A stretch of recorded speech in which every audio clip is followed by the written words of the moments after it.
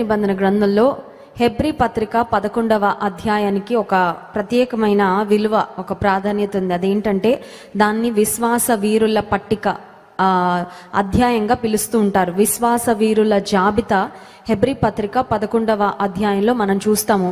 So Hebrew పత్రిక 11వ అధ్యాయంలో పాత నిబంధనలో దేవుని కొరకు నిలబడి దేవుని మాటకు విధేయత చూపించి విశ్వాసంతో సాగిపోయిన వారందరి పేర్లు, వారి యొక్క అచీవ్మెంట్స్, శక్తిని బట్టి ఇలా సాధించారండి, వారికి ఉన్న చాకచక్యాన్ని బట్టి ఇలా సాధించారండి, సమయస్ఫూర్తిని బట్టి సాధించారండి, అందును బట్టి ఈ అవార్డు, ఈ రివార్డ్ అని చాలాసార్లు భారతరత్న అవార్డు అనో లేకపోతే ఆయా రకాలైన అవార్డ్స్, రికగ్నిషన్ మనం చూస్తూనే ఉంటాం సమాజంలో కదండి.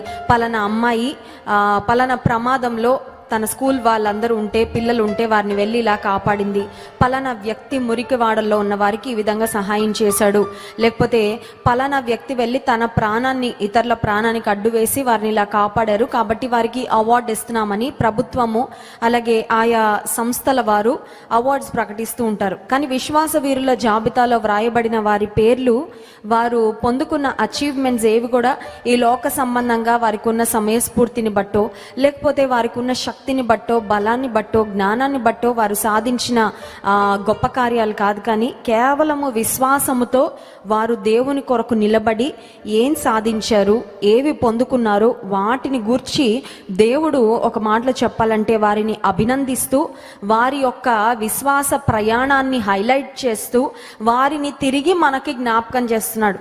ఈ విశ్వాస వీరుల జాబితాలో చూడండి, హెబ్రీ పత్రిక 11వ అధ్యాయంలో చాలా మంది వ్యక్తులను గురించి మనం చూస్తాము. ఈ హెబ్రీ పత్రిక 11వ అధ్యాయంలో దాదాపు 40 వచనాలు ఉంటే, ఇంట్రెస్టింగ్ థింగ్ ఏంటంటే 8వ వచనం నుండి దాదాపు 19వ వచనం వరకు మనకి అబ్రహాము జీవితాన్ని గురించి కనబడుతుంది. అబ్రహాము అబ్రహాము అబ్రహాము అని అతని లైఫ్లో ఒక్కొక్క ఫేజ్లో, ఒక్కొక్క స్టేజ్లో అబ్రహాము ఎలా విశ్వాసంతో నడిచాడు, సాగిపోయాడు దేవుడు రాయించారు. చాలా మంది పేర్లు ఉన్నాయి విశ్వాస వీరుల జాబితాలో. బట్ అబ్రహాము కొరకు దేవుడు అన్ని వచనాలు, లేకపోతే అంత ప్రాధాన్యత దేవుడు ఎందుకు ఇచ్చాడు అంటే, ఖచ్చితంగా అబ్రహాము చాలా తెగింపుతో, చాలా ధైర్యంతో, చాలా విశ్వాసంతో దేవుని కొరకు ముందుకు వెళ్ళాడు కాబట్టి ఒక విశిష్టమైన ప్రత్యేకమైన స్థానాన్ని దేవుని గ్రంథంలో పొందుకున్నాడు, దేవుని మనసులో కూడా పొందుకున్నాడు. చాలాసార్లు మనకు అనిపిస్తుంది, ఇతరుల కంటే ఎక్కువ విశ్వాసం కలిగి నేను ఉంటే నాకేమన్నా ఉపయోగమా అండి, నేను ఎక్కువ ప్రార్థన చేస్తే నాకేమన్నా ప్రయోజనమా, ఎక్కువ దేవుని యందు భయభక్తులు కలిగి చెడుతనాన్ని అసహించుకుంటే నాకేమన్నా ఉపయోగమా అంటే, నువ్వు విశ్వాసంలో ఇతరుల కంటే ఎక్కువగా ఉంటే ఆ విశ్వాస ఫలం ఎక్కువగానే నీ జీవితంలో చూస్తావు. ఇతరుల కన్నా ఎక్కువగా నువ్వు దేవుని సన్నిధిలో మొరపెడితే, ఇతరుల కంటే ఎక్కువగా దేవుని కార్యాలు ఖచ్చితంగా నీ జీవితంలో, నీ కుటుంబంలో చూస్తావు. ఇతరుల కన్నా ఎక్కువగా ఒకవేళ దేవుని కొరకు కొన్ని విషయాలను త్యాగం చేసి, త్యజించి వాటిని పెంటతో సమానంగా ఎంచుకొని ప్రభు కొరకు నిలబడితే, దేవుడు తన కృపను బట్టి ఆయన ఒక అధికమైన కృపనే నీకు కనుపరిచి ఒక అధికమైన విధానంలోనే దేవుడు నిన్ను వాడుకుంటాడు, నడిపిస్తాడు. కారణం ఏంటంటే తన నామమును బట్టి చూపిన ప్రేమను మరుచుటకు దేవుడు అన్యాయస్తుడు కాడు. నేను ఎక్కువ దేవుని కొరకు బ్రతికితే ఎక్కువ ఫలం ఉంటుందా? ఉంటది. నేను ఎక్కువగా దేవుని కొరకు పని చేస్తే ఎక్కువ ఆశీర్వాదం ఉంటుందా? ఖచ్చితంగా ఉంటుంది. నేను ఎక్కువగా పాపాన్ని అసహించుకొని పరిశుద్ధతను ప్రేమించి దేవునికి ఇంపైన జీవితాన్ని జీవిస్తే దేవుడు నన్ను మెచ్చుతాడా? దేవుడు నన్ను మెచ్చుకుంటాడా? దేవుడు నాకు ఫలం ఇస్తాడా? దేవుడు నన్ను వాడుకుంటాడా అంటే ఖచ్చితంగా దేవుడు నిన్ను వాడుకుంటాడు. దానికి ఉదాహరణే ఈ అబ్రహాము యొక్క జీవితం. ఈరోజు నేను అబ్రహాము యొక్క ప్రార్థనను గురించి మీకు జ్ఞాపకం చేయాలని ఆశపడుతున్నాను. The prayer of Abraham. పాత నిబంధన గ్రంథంలో, క్రొత్త నిబంధన గ్రంథంలో చాలా మంది పురుషులు, స్త్రీలు వారు చేసిన ప్రార్థనలు వ్రాయబడి ఉన్నాయి. The prayers of many people. వారు ఎలాంటి ప్రార్థనలు చేశారు, వారి ప్రార్థనలో ఎలాంటి మాటలు పెట్టారు, వారి ప్రార్థనలకు దేవుడు ఎలాంటి ఫలం ఇచ్చాడు. ఓల్డ్ టెస్టిమెంట్లో, న్యూ టెస్టిమెంట్లో చాలా ఎగ్జాంపుల్స్ ఉన్నాయి. కానీ ప్రాముఖ్యంగా ఈరోజు నేను అబ్రహాము యొక్క ప్రార్థనను గురించి మరి మీ జ్ఞాపకం చేయాలని ఆశపడుతున్నాను. అసలు ఈ అబ్రహాము ఎవరు అని ఆలోచిస్తే, కల్దీయ దేశానికి చెందిన వ్యక్తి, ఒక అన్యుడిగా ఉన్నాడు. కానీ దేవుడు అబ్రహాంతో మాట్లాడి, నీ బంధువులను, నీ స్వజనమును, తండ్రి ఇంటిని విడిచిపెట్టి రావాలి అనగానే అబ్రహాము దేవుని మాటకు విధేయత చూపించి తన కంఫర్ట్ జోన్ విడిచిపెట్టి వచ్చాడు.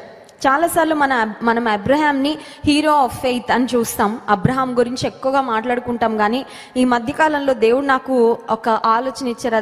అదేంటంటే అబ్రహామే కాదు గొప్పోడు, శారా కూడా చాలా గొప్ప విధేయత కలిగిన సమర్పణ కలిగిన స్త్రీ. ఎందుకంటే అబ్రహాం వచ్చి, సారా దేవుడు నాతో మాట్లాడుతున్నాడమ్మా, మన బంధువులను, మన స్వజనాన్ని, మన తండ్రి ఇంటిని, మనకున్న సమస్తాన్ని విడిచిపెట్టి దేవుడు చూపించే దేశానికి, ప్రాంతానికి వెళ్ళాలంట. అంటే ఇప్పుడు ఈవిడ తిరగబడొచ్చు, అవునా కదా? మీకు బాగానే ఉంటుందిలేండి చెప్పడానికి, పద వెళ్దాం అనడం మీకు బాగానే ఉంటుంది. మీరు పురుషులు, మీరు ఎక్కడైనా తిరిగేస్తారు, ఎక్కడైనా ఉంటారు. నేను ఒక స్త్రీని, నా భద్రత సంగతి ఏంటి, నా భోజనం సంగతి ఏంటి, మనకు పుట్టబోయే పిల్లల సంగతి ఏంటి, మనకి ఇంట్లో చూడండి చిన్నది లేకపోయినా కూడా మనకి ఏదో కొరతగా, అన్ని కిచెన్లో అన్ని గిన్నెలు నిండుగా ఉన్న ఒక్క ఉప్పు డబ్బా ఖాళీగా ఉందనుకోండి, మనకు ఆ ఉప్పు కొనుక్కొని ఇంటికి తెచ్చుకునే వరకు మనకి ఏదో లేదు అన్నట్లే అనిపిస్తూ ఉంటుంది. ఇప్పుడు బంధువులను, తండ్రి ఇంటిని, స్వజనాన్ని, స్వస్థలాన్ని విడిచిపెట్టి వెళ్ళేటప్పుడు నేను అనుకుంటాను శారా యొక్క సమర్పణ కూడా చాలా గొప్పదే. ఎందుకంటే she walked hand in hand with her husband. తన భర్త ఏమో దేవుని చేతిలో చేయి వేసి వెళ్తున్నాడు, ఇప్పుడు శారా ఏమో తన భర్త చేతిలో చేయి వేసి వెళ్తుందంటే ఈమె సమర్పణ కూడా ఎంత గొప్పదండి. ఈ కుటుంబాన్ని దేవుడు ఇంత బలంగా వాడుకున్నాడంటే మొదట అబ్రహాము యొక్క విధేయత, అబ్రహాము యొక్క సమర్పణ అయితే, రెండవదిగా నేను అనుకుంటాను శారా యొక్క విధేయత, శారా యొక్క సమర్పణ. శారా కూడా చాలా ఫ్లెక్సిబుల్గా ఉంది. నాకు ఇలాగే ఉందండి, ఇల్లంతా ఇలా సర్దుకున్నాను, ఇలా కలలు కన్నాను, మన భవిష్యత్తు ఇలా ఉంటుంది అనుకున్నాను, ఇదేంటండి నడి సముద్రంలోకి వెళ్ళి పడేసినట్లు, లేకపోతే వీధిలో వదిలిపెట్టినట్లు, ఇక కాపురం అంటే ఎక్కడండి, మనకి ఇల్లు వాకిలి ఏం ఉండదా, మనకు ఒక పర్మనెంట్ అడ్రస్ ఉండదా, నేను ఇంటి చుట్టూ ఒక చిన్న తోట వేసుకున్నాను, ఆ తోటలో కూరగాయలు పండించుకుంటున్నాను, పూల మొక్కలు ఉన్నాయి, అవన్నీ విడిచిపెట్టి వెళ్ళిపోవాలా? ఎన్ని అటాచ్మెంట్స్ ఉంటాయో, ఎన్ని ఫీలింగ్స్ వస్తాయో స్త్రీలకు కదండి. మన ఇంట్లో పాత వస్తువు తీసి బయటపడేయాలంటేనే చాలా ఫీలింగ్స్ వచ్చేస్తూ ఉంటాయి. అందుకని స్త్రీలు, భారతదేశపు స్త్రీలంట ఇంట్లో పాతవేవి పడేయరంట. నేను మన చర్చ్లో ఒక కుటుంబంని దర్శించడానికి వెళ్ళినప్పుడు వారు నాకు హోమ్ టూర్ ఇచ్చారు. సిస్టర్ మీరు ఫస్ట్ టైం వచ్చారు, మా ఇల్లంతా చూడాలంటే వాళ్ళ ఇల్లు వెళ్ళి చూస్తా ఉన్నాను. చాలా బాగుందండి, సూపర్గా ఉంది, చాలా బాగా చేయించుకున్నారు అంతా అని చెప్తూ ఉంటే, కిచెన్ రూమ్కి వెళ్ళగానే ఇరుగ్గా ఉందండి. కిచెన్ రూమ్లో ప్రతి మూల ఏదో ఒక సామాన్ ఉంది, ఏదో గిన్నె, ఏదో బాక్స్, ఏదో ఒకటి. అయితే ఆ బ్రదర్ ఏం చెప్పారంటే, మా ఆవిడికి పాత వస్తువులు పడేయడం అస్సలు ఇష్టం ఉండదండి, ప్రతిదానికి ఏదో ఒక లింక్ పెట్టుకొని ఇది మళ్ళీ ఎప్పుడో ఉపయోగపడుతుందని అలా ఉంచుతుందండి. 4 కుక్కర్లు, 5 రోళ్ళు ఇవన్నీ ఉపయోగపడతాయండి, అవసరం ఉండదు, కానీ ఏమో ఎప్పుడైనా ఉపయోగపడతాయేమో అని ఒక ఫీలింగ్. ఇది పెళ్ళైన కొత్తలో కొన్నాం కదా, ఇది ఆ ఊర్లో కొన్నాం కదా, ఇది ఆ సంతలో కొన్నాను, ఈ మార్కెట్లో కొన్నాను అని రకరకాల అటాచ్మెంట్స్, ఏవి పడేయడానికి ఇష్టపడకుండా, ఉపయోగం లేకపోయినా అవన్నీ ఇంట్లో పెట్టుకొని కొన్నిసార్లు ఇల్లంతా నిండిపోయింటే మనకి చాలా చికాగ్గా ఉంటుంది, మైండ్ కూడా ఫ్రీగా ఉండదు. ఇప్పుడు శారా జీవితంలో తన భర్తకు దేవుడు చెప్పిన మాటకు శారా విధేయత చూపించిందంటే ఆమెకున్న అటాచ్మెంట్లన్నీ కూడా ఏం చేసింది? విశ్వాస జీవితంలో దేవుని కొరకు ముందుకు సాగిపోవాలంటే కొన్నిసార్లు అటాచ్మెంట్లన్నీ కూడా తెంచేసుకోవాలండి. చాలా డిఫికల్ట్గా ఉంటుంది, చాలా కష్టంగా అనిపిస్తుంది. ఇది నాకు చాలా ప్రియమైంది ప్రభా, ఇది కూడా వదిలేయమంటావా, ఇది కూడా మర్చిపోమంటావా అంటే కొన్నిసార్లు దేవుడు అంటాడు, నువ్వు నన్ను వెంబడించాలంటే ఇది కూడా కంపల్సరీగా విడిచిపెట్టాలి. శారా విడిచిపెట్టింది, భర్త చేతిలో చేయి వేసి దేవుని మాటకు విధేయత చూపించి ముందుకు వెళ్ళింది. కాబట్టి విశ్వాస వీరుల జాబితాలో majority of the people are men. అక్కడ రాయబడిన ఎక్కువ మంది పేర్లు పురుషుల పేర్లు అయితే శారా కూడా స్థానాన్ని సంపాదించుకుందండి. హల్లెలూయా.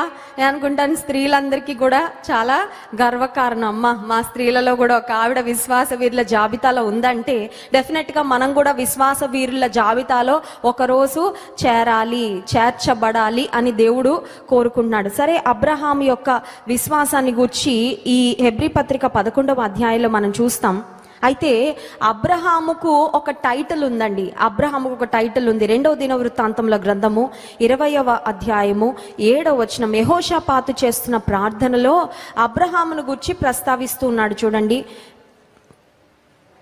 2వ దినవృత్తాంతముల గ్రంథము 20వ అధ్యాయము 7వ వచనం, నీ జనులైన ఇశ్రాయేలీల ఎదుట నుండి ఈ దేశపు కాపురస్తులను తోలివేసి నీ స్నేహితుడైన అబ్రహాము యొక్క సంతతికి దీన్ని శాశ్వతముగా ఇచ్చిన మా దేవుడవు నీవే. నీ స్నేహితుడైన అబ్రహాము, ఎవరు చెప్తున్నారు ఇది?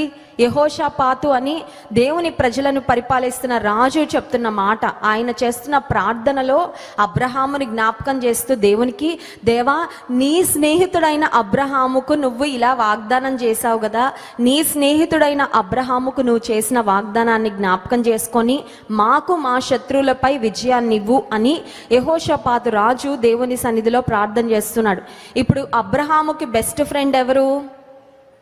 దేవుడే స్నేహితుడిగా ఉన్నాడంటే దేవునికి అబ్రహాం ఎంత నచ్చితే దేవుడు అబ్రహామును తన స్నేహితుడిగా చేసుకున్నాడండి. ఒక్కసారి ఆలోచించండి.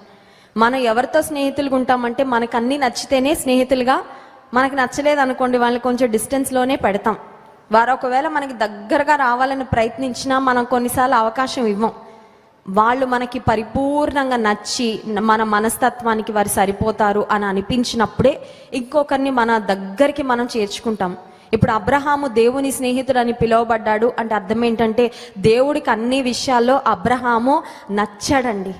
దేవునికి సన్నిహితంగా అబ్రహాము జీవించాడు. సో దేవుని స్నేహితుడుగా పిలువబడిన అబ్రహాము, విశ్వాస వీరుడుగా పిలువబడిన అబ్రహాము. ఇప్పుడు విశ్వాస వీరుడుగా పిలువబడిన అబ్రహాము ఏం చేశాడు? విశ్వాస వీరుడుగా ఉండి ఏం సాధించాడు అంటే అబ్రహాం యొక్క విధేయత చూడండి.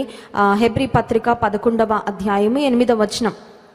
అబ్రహాం పిలువబడినప్పుడు విశ్వాసమును బట్టి ఆ పిలుపునకు లోబడి తాను స్వాస్థ్యముగా పొందనయున్న ప్రదేశమునకు బయలు వెళ్ళెను, మరియు ఎక్కడికి వెళ్ళవలెనో అది ఎరుగక బయలు వెళ్ళెను. పిలుపునకు లోబడి. సో అబ్రహాము ఎలాంటి వ్యక్తి అంటే మొదట దేవుని స్నేహితుడు, రెండవది విశ్వాస వీరుడు, మూడవది దేవుని పిలుపునకు విధేయత చూపించిన వ్యక్తి. నాలుగవది ఏంటి అని ఆలోచన చేస్తే అబ్రహాము 17వ వచనం, హెబ్రీ పత్రిక 11వ అధ్యాయం 17వ వచనం. అబ్రహాము శోధింపబడి విశ్వాసమును బట్టి ఇస్సాకును బలిగా అర్పించెను. ఎవడు ఆ వాగ్దానములు సంతోషముతో అంగీకరించెనో ఇస్సాకు వలనైనది నీ సంతానం అనబడును అని ఎవనితో చెప్పబడినో ఆ అబ్రహాము మృతులను సహితము లేపుటకు దేవుడు శక్తిమంతుడని ఎంచిన వాడై తన ఏక కుమారుని అర్పించి, కుమారుడు చనిపోలేదు కానీ అర్పించేశాడు అని దేవుడు ఆ లెక్కలో ఎందుకు తీసుకున్నాడంటే అబ్రహాం మొత్తం సిద్ధపడిపోయాడండి. నా కొడుకు చనిపోయినా కూడా పర్వాలేదు, చనిపోయిన తర్వాత కూడా నా కొడుకుని నాకు తిరిగి దేవుడు ఇస్తాడు, కానీ దేవుడు నా కుమారుణ్ణి బలిగా అర్పించమన్నాడు కాబట్టి అర్పించేస్తాను. సో అబ్రహాములో విధేయతే కాదు, అబ్రహాములో త్యాగపూరితమైన హృదయం కూడా ఉంది. దేవుణ్ణి ఎవరు బాగా ఇంప్రెస్ చేయగలరు, దేవుణ్ణి నిజంగా ఎవరు ఆనందపరచగలరు అంటే విధేయత చూపించేవారు.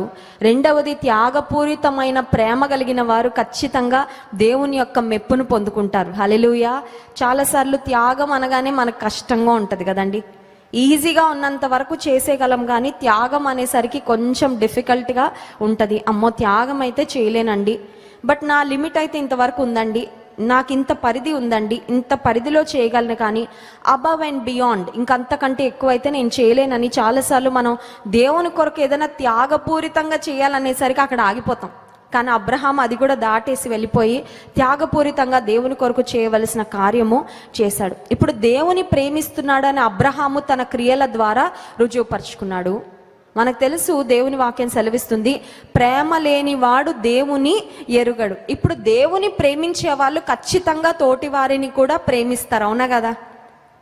పలానా వ్యక్తి అండి దేవుని చాలా ప్రేమిస్తాడండి, కానీ తన చుట్టూ ఉన్న వారిని ద్వేషిస్తాడండి అనే మాట వచ్చింది అనుకోండి, అంటే నిజంగా అసలు ఆ వ్యక్తి దేవుణ్ణి కూడా ప్రేమించడు అన్నమాట. ఎందుకంటే దేవుని ప్రేమించే వ్యక్తి అయితే ఖచ్చితంగా తన తోటి వారిని, సాటి వారిని, కుటుంబీకులను, బంధువులను ఖచ్చితంగా ప్రేమిస్తాడు. ఇప్పుడు అబ్రహాము దేవుని స్నేహితుడు, దేవుని చేత ప్రేమించబడిన వాడు, దేవుని బహుగా ప్రేమించిన వాడు.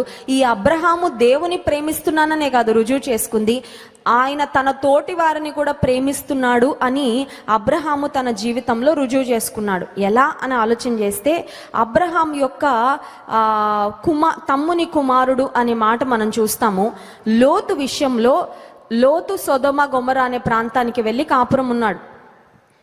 నిజానికి కల్దీయ దేశాన్ని విడిచిపెట్టి వచ్చినప్పుడు దేవుని మాటకు విధేయత చూపించి అబ్రహాము శారా బయలుదేరినప్పుడు లోతు అంటాడు, అబ్రహాము నీతో పాటు నేను కూడా వస్తానయ్యా, నీతో పాటు నేను కూడా సాగిపోతాను, దేవుని మాటకి నేను కూడా విధేయత చూపించి నీ అడుగుజాడల్లో నేను వెళ్తానని లోతు బయటకు వచ్చాడు. కానీ వచ్చిన తర్వాత దేవుడు అబ్రహామును బ్లెస్ చేస్తున్నాడు, లోతును బ్లెస్ చేస్తున్నాడు. అబ్రహాము యొక్క పనివారికి లోతు యొక్క పనివారికి గొడవ వచ్చింది కాపరులకు. అప్పుడు మరొక నిర్ణయం తీసుకుంటారు. అబ్రహాం ఏమంటాడంటే, నీవు నేను బంధువులం కాబట్టి మన మధ్యలో ఎలాంటి కలహాలు ఉండడం మంచిది కాదు, కాబట్టి సమాధానంతో మనం విడిపోవడం మంచిది. దగ్గరుండి తన్నుకుంటూ కొట్టుకుంటూ ఉండడం కంటే అది దేవుని నామానికి అవమానం. సమాధానంగా విడిపోయి ఎవరి దారిన వారు వెళ్తే అది మంచిదని అబ్రహాం ఒక మంచి సలహా చెప్తాడు. ఆ సమయంలో లోతు అనుకుంటాడు, ఇప్పుడు అబ్రహాం ఒక వైపుకు వెళ్తే నేను ఒక వైపుకు వెళ్ళాలి కాబట్టి అబ్రహాము నాకు ఫస్ట్ చాయిస్ ఇస్తే బాగుండు అనుకుంటారు. ఇప్పుడు 2 చీరలు ఎవరైనా కొనుక్కొచ్చారు అనుకోండి, మనకి రెండిట్లో ఒకటి నచ్చుతుంది బాగా కదా, 2 ఒకటేలాగా ఎప్పుడు ఉండవు, ఒకటి బెస్ట్ ఉంటుంది యూజువల్గా. అది ముందు ఎంచుకోవడానికి నాకు ఛాన్స్ వస్తే బాగుండని ఎవరైనా అనుకుంటారు కదండి. ఈవెన్ పురుషుల్లో కూడా ఫర్ ఎగ్జాంపుల్ మీ ముందు ఎవరైనా ఒక 2 విషయాలు పెట్టి నీకేది నచ్చిందో అది ముందు తీసుకో అంటే చాలా ఆనందపడిపోయి బెస్ట్ మనం సెలెక్ట్ చేసుకుంటాం. ఇప్పుడు అబ్రహాం అన్నాడు లోతుతో, లోతు నీ ముందున్నాయి ఈ 2 స్థలాలు 2 ప్రదేశాలు, నీకేది కావాలో నువ్వు ఎంచుకో అనగానే లోతు చాలా ఆనందపడిపోయాడు. తన కళ్ళకు బెస్ట్గా ఏది కనబడిందో సొదొమ గొమొర్రా ప్రాంతాన్ని ఎంచుకొని అనుకున్నాడు, నన్ను మించిన జ్ఞానవంతులు ఇంకెవరు లేరు, నన్ను మించిన తెలివైన వారెవరు లేరు, నా కళ్ళకి ఎంత బాగా కనబడుతుంది కాబట్టి నేను అక్కడికి వెళ్ళాక బాగా ఫ్లరిష్ అవుతాను, బాగా బ్లెస్ అవుతానని తన కంటికి కనబడిన దాన్ని బట్టి నిర్ణయం తీసుకొని లోతు వెళ్ళిపోయాడు. వెళ్ళిపోయిన తర్వాత నిజానికి ఆ ప్రాంతము కంటికైతే పచ్చగా ఉంది, పంటలైతే బాగా పండుతున్నాయి. అక్కడికి వెళ్ళాక భౌతిక పరంగా అయితే లోతు తన కుటుంబం దీవించబడ్డారు, కానీ ఆత్మీయంగా ఎన్ని రకాలైన పాపాలు భ్రష్టత్వము ఉంటాయో అవన్నీ కూడా ఆ స్థలంలో ఉన్నాయి. సో లోతుకు అక్కడ వెళ్ళిన తర్వాత ఖచ్చితంగా అర్థమైంది ఏమనంటే ఇది చాలా భయంకరమైన పాపముతో నిండిన ప్రదేశం. అది చూసినప్పుడన్నా లోతు బయటకు వచ్చేసి ఉంటే బాగుండు కదండి. కొన్నిసార్లు మనం కొన్ని తప్పుడు నిర్ణయాలు తీసుకొని కొన్ని ప్రాంతాలకు వెళ్ళిపోతాం, కొన్ని ప్రదేశాల్లో స్థిరపడిపోతాం. అక్కడికి వెళ్ళిన తర్వాత ఆ స్థితిగతులన్నీ చూసిన తర్వాత వాటిని విడిచిపెట్టి వచ్చేస్తే క్షేమంగా ఉంటుంది.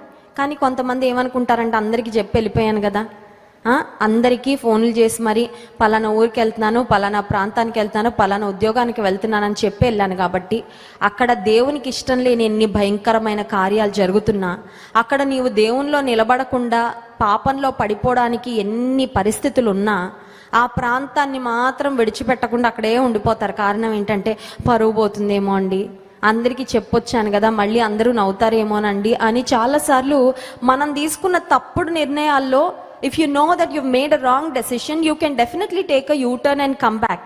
తప్పుడు నిర్ణయం తీసుకున్నాం, వెనక్కి రా, పొరపాటు ఏముంది.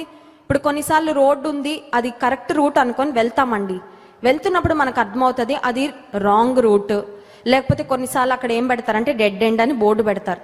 నేను ఇది కరెక్ట్ రూట్ అనుకొని వెళ్ళాను కాబట్టి నా ఆలోచన ఎప్పుడు తప్పవదు, డెడ్ ఎండ్ అయినా కూడా అటే వెళ్తానంటే అది తెలివి తక్కువతనం కదండి.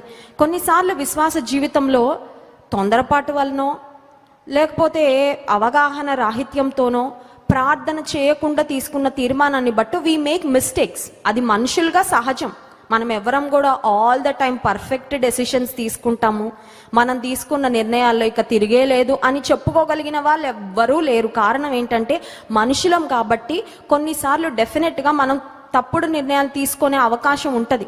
మన స్వబుద్ధిని ఆధారం చేసుకోబట్టో, తప్పుడు సలహా తీసుకోబట్టో, లేకపోతే అజ్ఞానంతోనో, లేకపోతే అనాలోచితంగానో, తొందరపాటులోనో కొన్ని నిర్ణయాలు తీసుకొని కానీ ముందుకు వెళ్ళాము.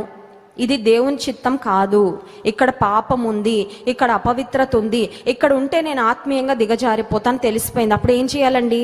యూటర్న్ తీసుకొని వెనక్కి వచ్చేయాలి. కానీ లోతు అతని కుటుంబం వెళ్ళాం కాబట్టి, నేనే ఎంచుకున్నాను కాబట్టి let me settle down here, ఇక్కడ ఉండిపోతా, ఇక్కడ స్థిరపడిపోతాను, చుట్టూ ఎంత పాపం ఉన్నా సరే నేను పరిశుద్ధంగా బ్రతకచ్చు కదా పర్వాలేదులే అనుకొని అక్కడ ఉండిపోయాడండి. నిజానికి లోతు అయితే తన నీతిని విడిచిపెట్టలేదు. దేవుని వాక్యంలో ఉంటుంది నీతిమంతుడైన లోతు అనే మాట ఉంటుంది.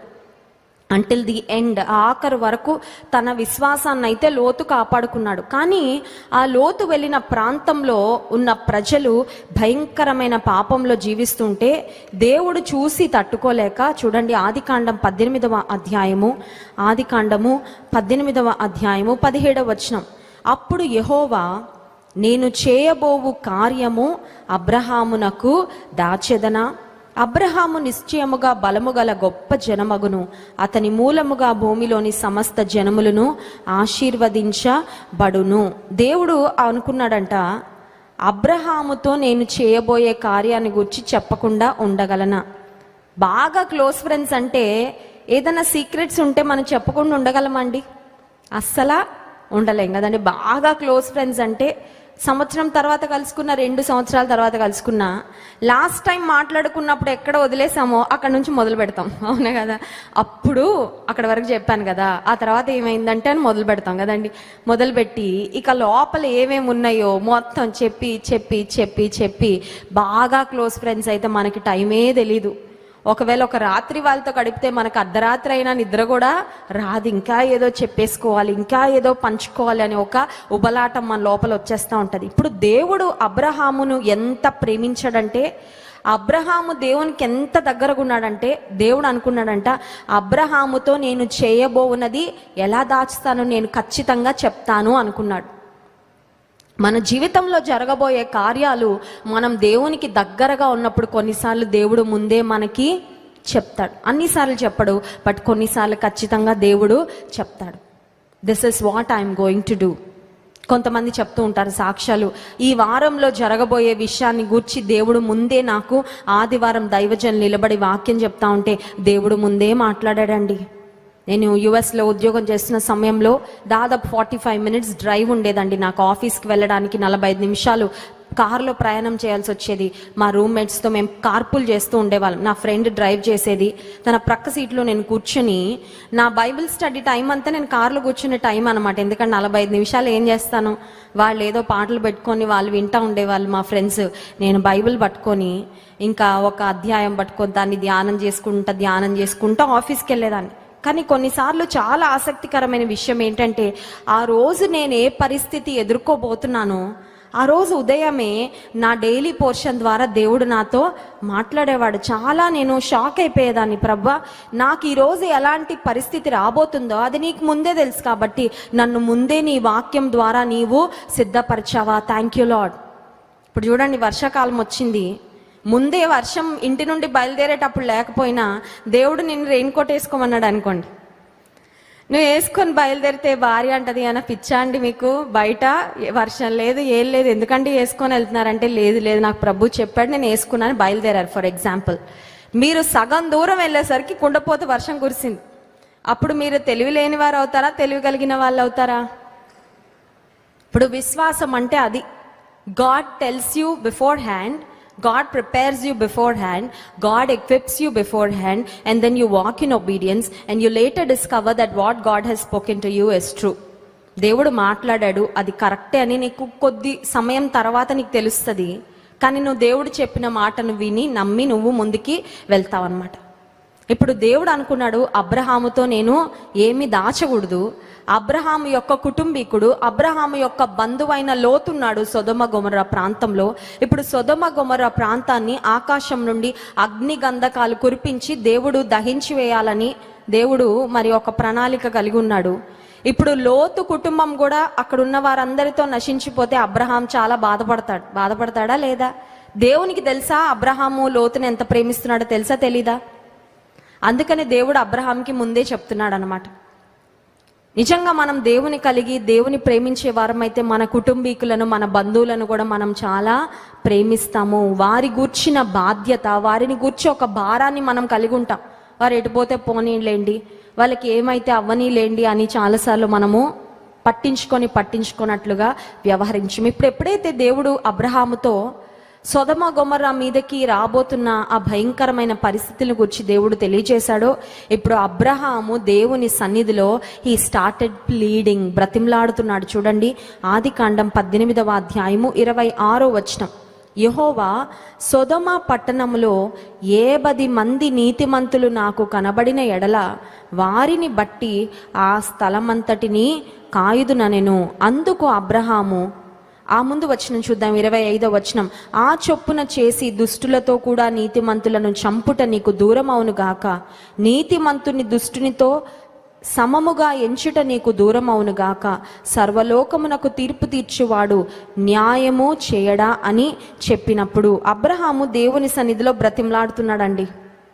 అయ్యా నిజమే, సొదొమ గొమొర్రా ప్రాంతంలో అనీతిమంతులు దుష్టులు చాలా మంది ఉన్నారు, కానీ అక్కడున్న నీతిమంతుల్ని దుష్టులతో పాటు నువ్వు నాశనం చేస్తావా? నువ్వు చెయ్యవు కదా. అక్కడున్న నీతిమంతుల గురించి ఒక్కసారి ఆలోచించయ్యా. ఇప్పుడు అబ్రహాము హృదయంలో ఉన్న తాపత్రయం అంతా ఎవరి కొరకు అన్నమాట? అబ్రహాం యొక్క బంధువు అయిన లోతు కొరకు, అతని కుటుంబం కొరకు. ఇప్పుడు అబ్రహాము ఆలోచన చేయొచ్చు ఏమనంటే, దేవుడు ఒక్కసారి నిర్ణయం తీసుకుంటే దేవుడు మార్చుకోడు కదా. దేవుడు మాట మార్చడు, కొన్నిసార్లు ఆయన మనసు కూడా మార్చుకోడు. ఆయన ఏదన్నా అనుకున్నాడంటే అది ఆయన చేసి తీరుతాడు. ఎందుకంటే దేవుడు నిన్న నేడు నిరంతరము ఏకరీతిగా ఉన్నాడు. ఇప్పుడు ఇంకా లోతును నేను కోల్పోతానులే, I'm going to miss Lot and his family, లోతు అతని కుటుంబం నశించిపోతుందిలే అని అబ్రహాము మౌనంగా కూర్చోలేదు.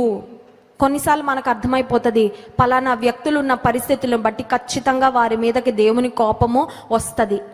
అలా వస్తుంది అని తెలిసినప్పుడు మౌనంగా దేవుని బిడ్డలు ఉండడానికి వీలు లేదు. ఇప్పుడు అబ్రహాము దేవుని ఎదుట ముందే ఏం చేస్తున్నాడంటే ధైర్యం తెచ్చుకుంటున్నాడు. ఎందుకంటే దేవుడు తీసుకున్న నిర్ణయానికి ఎదురెళ్తున్నాడు కదండి. ఇప్పుడు God Hess already decided, God Hess already made up his mind to destroy the cities of Sodom and Gomorrah. సొదొమ గొమొర్రా ప్రాంతాలను నశింపచేయాలని దేవుడు ఆల్రెడీ నిర్ణయం తీసేసుకున్నాడు. అక్కడున్న ప్రజల యొక్క పాపం కూడా అంత భయంకరంగా ఉంది. సో ప్రేమ కలిగిన దేవుడు నిర్ణయం తీసుకున్నాడంటే ఆయన నీతి న్యాయంతోనే తీసుకున్నాడు. కానీ అబ్రహాము ఇప్పుడు దేవుని మాటకు ఎదురు వెళ్తూ దేవుని బ్రతిమలాడడానికి వెళ్తున్నాడంటే అబ్రహాము యొక్క ప్రార్థనలో మొదట మనకి ఏం కనబడుతుందంటే ధైర్యము. ఇప్పుడు దేవుని ఎదుట వెళ్ళి నిలబడడానికి ధైర్యం ఎందుకు కావాలి అని ఆలోచన చేస్తే కొన్నిసార్లు మనకు అనిపిస్తుంది, అసలు నేను అడగడానికి అర్హురాలినేనా, నేను అడగడానికి అర్హుడనేనా? కొన్నిసార్లు అపవాది అంటాడు, ఉపవాస ప్రార్థనకి వెళ్ళి ఏం అడుగుతావు, నిన్నేం చేసావు నీకు గుర్తుందా, మొన్న ఏ అబద్ధం ఆడావో నీకు గుర్తుందా, లేకపోతే పలానా వారంలో నువ్వు ఏం ఆలోచన చేసావో, ఎలాంటి పాపపు ఆలోచన చేసావో, ఇవాళ ప్రార్థన చేద్దామని మీరు ఒక నిర్ణయం తీసుకుంటే పొద్దున ప్రార్థన తప్ప మీకు అన్ని పనులు గుర్తు చేస్తాడు. ఎప్పుడైనా అయిందండి ఎక్స్పీరియన్స్? కంటి ముందు కనబడే ప్రతిదీ ఒక పనిలాగే కనబడుతూ ఉంటుంది మీకు. ప్రార్థనకి కూర్చుందాం అనుకున్నప్పుడే ఎవరెవరో తెలియని వాళ్ళందరూ వచ్చి తలుపు కొడతా ఉంటారు. ఎందుకంటే అపవాదికి ప్రార్థన చేయడం మనము ఇష్టం లేదు. ఎందుకంటే ప్రార్థన చేస్తే నువ్వు దేవునికి దగ్గర అవుతావు, ప్రార్థన చేస్తే నీ పరిస్థితులు మారుతాయి. That is the last thing the devil wants to see. ఇప్పుడు అబ్రహాము సైలెంట్గా ఊరుకోవచ్చు కదండి. దేవుడు ఆల్రెడీ డిసైడ్ అయిపోయాడు, God Hess already made up his mind అని లోతు కొరకు ఏడుస్తా కూర్చోవచ్చు. కానీ ఏడుస్తా కూర్చోట్లా, మౌనంగా కూర్చోట్లేదు, దేవుని దగ్గర వెళ్ళి బ్రతిమలాడుకుంటాను. హెబ్రీ పత్రిక 4వ అధ్యాయము 16వ వచనం చూడండి. హెబ్రీ పత్రిక 4వ అధ్యాయము 16వ వచనం.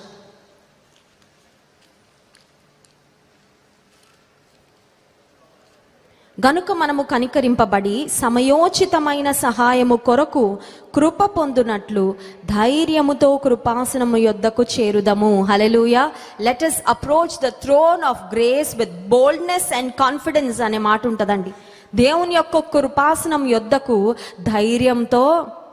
ఈ ధైర్యం ఎందుకు వచ్చింది, ఎలా వచ్చిందంటే ఆయన తండ్రి, మనం బిడ్డలం కాబట్టి.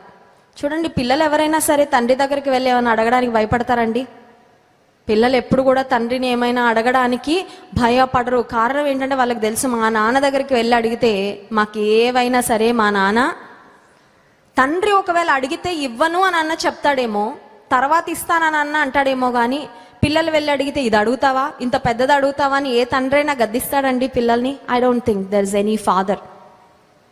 ఏ తండ్రి తన బిడ్డలు వెళ్ళి ఇంత కొనివ్వు నానా, లేకపోతే ఇంత పెద్దది ఇవ్వు నానా అని అడిగితే, అమ్మ ప్రస్తుతానికి మనకు స్తోమత లేదు కానీ ఖచ్చితంగా నేను ప్రయత్నం అయితే చేస్తానులే అని అంటాడేమో. లేకపోతే బిడ్డ యొక్క ఆశను మనసులో పెట్టుకొని దాన్ని ఏ విధంగా ఆ బిడ్డకు అందించాలో ఆలోచన చేస్తాడేమో. కానీ నువ్వు ఇంత పెద్దది అడుగుతావా, లేకపోతే ఇంత గొప్పగా నువ్వు అడుగుతావా అని ఏ తండ్రి కూడా గద్దించడు. కారణం ఏంటంటే తండ్రికి బిడ్డ మీద ఉన్న ప్రేమ, తండ్రికి బిడ్డతో ఉన్న బంధము అంత శ్రేష్టమైనది. కాబట్టి ఇప్పుడు దేవుని కృపాసనం దగ్గరకు వచ్చేటప్పుడు ఎలా రావాలంట? ధైర్యంతో. ఎందుకు ధైర్యం అంటే ఆయన తండ్రి, మనం ఆయన బిడ్డలం కాబట్టి, ఆయన సమస్తము చేయగలిగిన తండ్రి కాబట్టి ఆయన వద్దకు మనం ధైర్యంతో రావాలి. సరే, ధైర్యంతో అబ్రహాం వచ్చి అడుగుతా ఉన్నాడు. చూడండి, ఆదికాండం 18వ అధ్యాయము 26వ వచనంలో అబ్రహాము చాలా హై ఎక్స్పెక్టేషన్లో ఉన్నాడండి. అబ్రహాం అనుకుంటున్నాడు, సొదొమ గొమొర్రా ప్రాంతంలో ఎన్ని వేల మంది, ఎన్ని లక్షల మంది జనాభా ఉన్నారు నాకు తెలియదు ఆ కాలంలో. కానీ అబ్రహాం అనుకుంటున్నాడు, అట్లీస్ట్ 50 పీపుల్ ఉండరా, దేవుని ఎడల భయం కలిగేవారు అట్లీస్ట్ 50 మంది అన్నా ఉంటారని 50 మంది దగ్గర మొదలు పెట్టాడు. దేవుడు అన్నాడు, 50 మంది ఉన్నా వదిలిపెడతాను, కానీ అంతమంది కూడా లేరు కదా అబ్రహాం అంటే. ఇప్పుడు దేవునితో చిన్న బేరం ఆడుతున్నాడండి. చూడండి 26వ వచనం, 27వ వచనం, అందుకు అబ్రహాము, ఇదిగో ధూళియు బూడిదయునైన నేను ప్రభుతో మాటలాడ తెగించుచున్నాను. అయ్యా, 50 మంది ఉంటే ఆ ప్రాంతాన్ని నాశనం చేయకని అడగడమే చాలా ఎక్కువ, కానీ మళ్ళీ అడుగుతున్నాను. ఇప్పుడు ఎలా అడుగుతున్నాడంటే తగ్గింపుతో అడుగుతున్నాడు. ఇక్కడ అబ్రహాం ప్రార్థనలో ఒక కాంబినేషన్ కనబడుతుందండి. ఏంటంటే his prayer is filled with boldness and humility. ధైర్యంతో చేస్తున్నాడు, తగ్గింపుతో. రెండు ఉండాలండి. కొంతమంది తగ్గింపు ఎక్కువైపోయి అడగాల్సింది కూడా అడగరు. అర్థమవుతుందా? తగ్గించుకొని తక్కువ ప్రార్థన చేద్దాంలేండి, ఎందుకంటే బాగా తగ్గించుకోవాలి కదా, ఇంతే అడుగుదాం చాలు. అడుగు, ధైర్యంగా అడుగు, గర్వంగా అడగొద్దు, ధైర్యంగా అడుగు, దీనత్వంతో అడుగు. ఖచ్చితంగా నీ ప్రార్థన వర్కౌట్ అవుతుంది. హల్లెలూయా. ఖచ్చితంగా నీ ప్రార్థనకు దేవుడు ఫలితాన్ని, జవాబును ఇస్తాడు. ఇప్పుడు అబ్రహాము దేవుని అడుగుతున్నాడు, దుమ్ముయు ధూళియు అయిన నేను, ధూళియు బూడిదయునైన నేను ప్రభుతో మాట్లాడి తెగించుచున్నాను. 45 మంది ఉంటే వదిలిపెడతావయ్యా అంటే 45 మంది కూడా లేరు. ఆ తర్వాత ఈ వచనాలన్నీ మీరు 32వ వచనం వరకు చూస్తే 50 మెంబర్స్ అన్నాడు, 50 మంది లేరు. 45 అన్నాడు, అంత కూడా లేదు. 40 మంది నీతిమంతులుంటే ఆ ప్రాంతాన్ని నాశనం చేయకుండా ఉండు ప్రభు అంటే 40 మంది కూడా లేరు. 30, 20, 10 మంది కూడా. అబ్రహాం అనుకుంటాడు నీతిమంతులు చాలా మంది ఉన్నారు, 50 మంది అనుకొని మొదలు పెట్టాడు. కానీ రియాలిటీ ఏంటంటే 10 మంది కూడా లేరు, 10 మంది కూడా లేరు. అయినా అబ్రహాం బ్రతిమలాడుతానే ఉన్నాడండి. Abraham is still pleading for his family. Abraham తన కుటుంబీకుడైన లోతు కొరకు మనవి చేస్తున్నాడు. దేవుడు అబ్రహాము యొక్క ప్రార్థన విని 10 మంది లేకపోయినా లోతును తన కుటుంబాన్ని బయటకు తీసుకురావడానికి దేవదూతల్ని పంపించాడండి. హల్లెలూయా. నీ ప్రార్థన నీ కుటుంబానికి ఉపయోగపడుతుందా? చెప్పండి. ఖచ్చితంగా ఉపయోగపడుతుంది. హల్లెలూయా. మన ప్రార్థన మన కుటుంబానికి ఉపయోగపడుతుందా? ఉపయోగపడుతుంది. మన ప్రార్థన మన బంధువులకు ఉపయోగపడుతుందా? ఖచ్చితంగా ఉపయోగపడుతుంది. మనం చేసే ప్రార్థన మన స్నేహితులకు ఉపయోగపడుతుందా? ఖచ్చితంగా. ఇంకెంత పట్టుదలగా మనం ప్రార్థన చేయాలి. బహుశా నీ భర్తకి ఉద్యోగానికి వెళ్ళడం వల్ల ఇక్కడికి వచ్చి ప్రార్థన చేసే అవకాశం లేదేమో, లేదంటే మీ భార్యకు అవకాశం లేదేమో, బిడ్డలు స్కూల్స్కి వెళ్ళిపోయారు, కాలేజెస్కి వెళ్ళిపోయారు, ఉద్యోగాల్లో ఉన్నారు, వారికి సమయం లేదేమో. But God has given us this opportunity. మన బంధువులు ఒకవేళ దేవుని గురించి తెలుసుకోలేని స్థితిలో ఉన్నారేమో, కానీ వారందరి కొరకు ప్రార్థన చేయడానికి మనకి ఈ అవకాశం ఇచ్చాడే దేవుడు. మనం ఎంత ఉపయోగించుకోవాలి ఈ అవకాశాన్ని. అర్థమవుతుందండి? అవకాశాలు అన్ని సమయాలలో అందరికీ రావు, కానీ దేవుడు ఈ అవకాశాన్ని ఆయన దగ్గర బ్రతిమలాడుకోవడానికి మనకి ఇచ్చినప్పుడు మనం ఎంతగా వాడుకోవాలి, ఎంతగా ఉపయోగించుకోవాలి. అబ్రహాం దేవుని స్నేహితుడు. He started pleading, he started interceding. దేవుని సన్నిధిలో ఒక బేరం ఆడినట్లుగా బ్రతిమలాడుతుంటే దేవుడు అబ్రహాం యొక్క ప్రార్థన విని లోతును అతని కుటుంబాన్ని దేవుడు అఫ్ కోర్స్ బయటకు వచ్చిన వెనక్కి తిరిగి చూసి లోతు భార్య ఉప్పు స్తంభం అయిపోయింది, కానీ అది స్వయంకృతాపరాధం. అది అబ్రహాం యొక్క ప్రార్థనలో శక్తి లేకపోవడం కాదు. అబ్రహాం యొక్క ప్రార్థన దేవుడు 100% ఆలకించి లోతును అతని కుటుంబాన్ని దేవుడు స్పేర్ చేశాడు. అయితే నేను ఇక్కడ అడగాలనుకున్న ఒక ప్రశ్న ఏంటంటే, అబ్రహాము దేవుని ప్రేమించి తన కుటుంబీకులను, తన బంధువులను కూడా ప్రేమించిన వ్యక్తిగా ఉంటే, ఈరోజు నా ప్రశ్న ఏంటంటే, మనము ఎంతగా మన కుటుంబీకులను, మన బంధువులను, మన స్నేహితులను ప్రేమిస్తున్నామంటే వాళ్ళకి ఏదో బహుమానాలు కొనివ్వడం, వాళ్ళకి ఏదో బట్టలు ఇవ్వడం, లేకపోతే వారికి ఏదైనా ఆర్థికంగా సమస్యల్లో ఉంటే వారికి డబ్బులు ఇవ్వడం, వారికి ఏదో ఒక విధంగా ఫిజికల్గా వాళ్ళకి ఏదో ప్రొవైడ్ చేసి వాళ్ళని ప్రేమిస్తున్నామని చూపించడం కాదు. I want to talk about how responsible you are about their spiritual well-being. వారి ఆధ్యాత్మిక క్షేమాన్ని గురించి ఎంత మనం ఆలోచిస్తున్నాం. అబ్రహాము లోతు జీవితంలో లోతుకు ఒక కష్టం వచ్చినప్పుడు లోతును కాపాడాడు. చూడండి, ఆదికాండం 14వ అధ్యాయంలో, ఆదికాండం 14వ అధ్యాయము 11వ వచనం.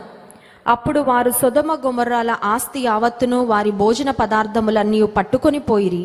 మరియు అబ్రాము సోదరుని కుమారుడైన లోతు సొదొమలో కాపురముండెను గనుక అతని ఆస్తిని పట్టుకొని పోగా, తప్పించుకొనిన ఒకడు వచ్చి హెబ్రీయుడైన అబ్రహామునకు ఆ సంగతి తెలిపెను. అప్పుడు అతడు ఎష్కోలు సహోదరుడును అన్లేరు సహోదరుడైన మమ్రే అను అమోరీని ఏలోను వనములో కాపురముండెను. 14వ వచనం.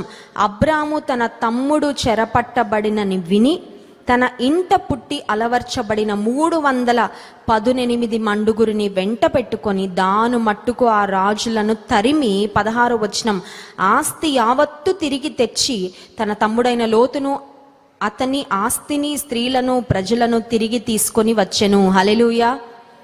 లోతుకు ఒక కష్టం వస్తే లోతు మీద అన్య రాజులు వచ్చి సొదొమ గొమొర్రా ప్రాంతంలో లోతును అతని ఆస్తిని అతని కుటుంబాన్ని తీసుకొని వెళ్ళిపోతే, అబ్రహాము తన దగ్గరున్న వారందరినీ, సైన్యాన్ని, మనుషులను వెంట పెట్టుకొని వెళ్ళి వారితో పోరాడి వాళ్ళ ప్రాణాలు కాపాడి వారి ఆస్తిని కాపాడాడండి. కానీ ఇక్కడ పరిస్థితి ఏంటంటే లోతు మీదకి మరణమే వచ్చింది. లోతు ఏదో జస్ట్ ఆస్తినో కుటుంబీకులనో కోల్పోలేదు. His whole family, everything he has is going to be destroyed. లోతు యొక్క కుటుంబము, లోతు యొక్క సమస్తము, లోతు యొక్క ప్రాణాన్ని కూడా కోల్పోయే పరిస్థితి వస్తే ఇప్పుడు అబ్రహాం అనుకుంటున్నాడు, నేను వెళ్ళి పోరాడడానికి, జయం పొందడానికి, సాధించడానికి ఏం లేదు, ఇక చేయగలిగిందల్లా వారి కొరకు ప్రార్థన చేయడమే, దేవుని సన్నిధిలో మొరపెట్టడమే. నీ బంధువులు గురించి, నీ స్నేహితులను గురించి ఆధ్యాత్మికంగా నీవు బాధ్యత తీసుకుంటున్నావా? దేవుని కలిగిన మనమే బాధ్యత తీసుకోవాలండి. ఎందుకంటే వారికి రక్షణను గుర్చిన విలువ తెలీదు, వారికి పరలోక రాజ్యాన్ని గుర్చిన విలువ తెలీదు, వారి మీదకి ఏ నిత్య నాశనం రాబోతుందో దేవుని ఎరుగని వారికి they do not know what kind of a destruction is ahead. వారి ఎదుట ఉన్న భయంకరమైన పరిస్థితులు ఏంటో వారికి తెలియదండి. కానీ ప్రభువులో ఉన్న మనకి తెలుసు. మన యొక్క బంధువులు, మన యొక్క స్నేహితులు, మన యొక్క కుటుంబీకులు, దేవుని ఎరుగని వారు ఎటువంటి నిత్య నరకాగ్నికి వెళ్ళబోతున్నారో మనకి తెలుసు, వారికి తెలీదు. కానీ వారిని ప్రేమించేవారిగా మనం ఏం చేయాలంటే అబ్రహాము వలె దేవుని సన్నిధిలో వారి కొరకు మొరపెట్టాలి. ప్రార్థన చేస్తున్నానండి, ఏం కనబడట్లేదండి, మార్పు అంటే మార్పు కనబడే వరకు ప్రార్థన చేయాలి. హల్లెలూయా. ప్రార్థన అంటే అర్థం ఏంటంటే పుష్ అంట. పుష్ అంటే తోయడం కదా. ఇప్పుడు బీరువా, మీరు ఇంట్లో ఒక ప్లేస్ మారుస్తున్నారు, ఇల్లు మారుతున్నారు, బీరువా తోస్తుంటే బాగా బరువుగా ఉందండి అని అక్కడ వదిలేసి వెళ్ళిపోతామండి కొత్త ఇంటికి. యు పుష్ ఇట్ కదా, you push it harder and harder కదిలే వరకు. ప్రార్థన అంటే కూడా it's a kind of pushing, PUSH. దాని ఫుల్ ఫామ్ ఏంటంటే pray until something happens. Push, PUSH, pray until something. Abraham బ్రతిమలాడుతానే ఉన్నాడు, బేరమాడుతానే ఉన్నాడు. Lord, I will not stop praying until you protect my family. దేవా, నువ్వు నా కుటుంబాన్ని కాపాడుతాను అనే వరకు నేను ప్రార్థన చేస్తూనే. మనమేమో అలసిపోతాం, మనమేమో మర్చిపోతాం కదండి. మనమేమో కొద్ది రోజులు ప్రార్థన చేసి ఏం మార్పు రావట్లేదండి, ఇంకా కఠినం అయిపోతున్నారండి, ఇంకా పాపంలో మునిగిపోతున్నారండి, ఇంకా దేవుడికి దూరం అయిపోతున్నారండి, అందుకని నేను ఇంకా ప్రార్థన చేయడం మానేస్తానని కొన్నిసార్లు మనము ప్రార్థన యందు ఆసక్తిని లేని వారముగా, ఆసక్తిని కోల్పోయే వారముగా ఉంటాము. కానీ ఈరోజు అబ్రహాము యొక్క ప్రార్థన తన సహోదరుని కుమారుడైన లోతును, అతని కుటుంబాన్ని ఎలా కాపాడిందో దేవుడు మనకి జ్ఞాపకము చేశాడు. మనకి యోబు జీవితాన్ని గురించి కూడా మనం చూసినట్లయితే, యోబు తన స్నేహితుల కొరకు ప్రార్థన, ఇతరుల కొరకు మనం చేసే ప్రార్థన దేవుడు వింటాడా? ఖచ్చితంగా వింటాడు. చాలా మంది అన్యులు మాతో చెప్పే మాట ఏంటంటే వారిని ప్రేమించు అని దేవుడు చెప్పాడు. కాబట్టి ఆయన ఆజ్ఞను మనం శిరస వహిస్తూ అందరినీ ప్రేమించి అందరి క్షేమాన్ని మనము కోరుకునే వారం.